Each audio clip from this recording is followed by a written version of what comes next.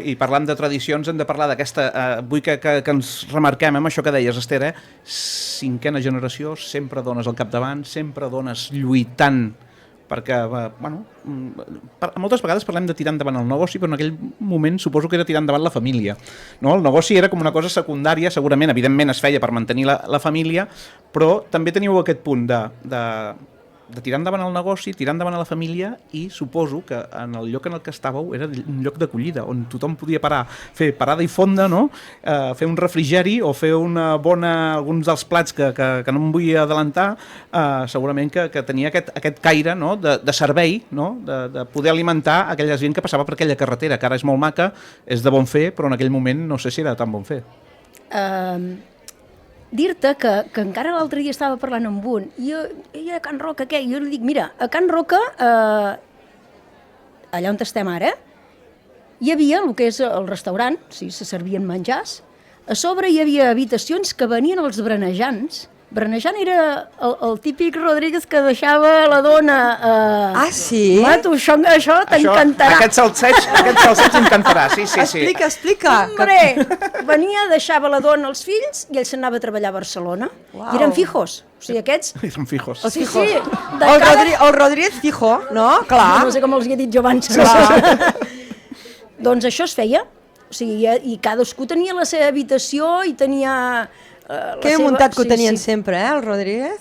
I llavors ells venien al cap de setmana i estaven allà. Aquest tema dels brenejants feia molta gràcia perquè inclús ara, avui en dia, venen. O sigui, se'n recorden, i són gent gran i se'n recorden de com venien que eren petits i tot això és molt guai. I cada un tenia la seva habitació i aquesta gent, esclar, què fan tot el dia allà? Sí, els nens s'anaven al riu, es banyaven, però col·laboraven a les tasques de la cuina. Que bo. És molt guai. Això és molt xulo. Perquè, o sigui, aquesta gent estaven allà, era família, m'entens? I són gent, venien cada any, es anaven repetint, i llavors ells també estaven allà, ajudaven. Home, per ells era algo exòtic, baixar a la cuina per les cebes, era algo com un entretenimiento. Ara els moderns dirien el valor afegit, no? No? I abans era de tota la vida, no? Hi ha una cosa que m'heu fet pensar... Vinga, va, Esther, dispara, ja m'agrada això. N'hi havia uns que es deien Silva. És que encara l'altre dia vaig veure, aquest senyor és el fill i aquest senyor deu tenir uns 70 i alguna cosa, jo crec. I jo era petita i me'n recordo com si fos ara, tenia una habitació i a sota hi havia un orinal. Clar, i escolta'm, jo anaven allà, estirava l'orinal i en l'orinal hi havia un ull. No serà veritat. Què dius? Sí, el típic ull d'aquests de vidre. Jo això ho he vist amb un senyor, Sí, no, era dibuixat. No, que això ho havia vist jo, Jo era petita, clar, us imagineu que jo pensava, i aquest senyor està aquí, ja li veuen.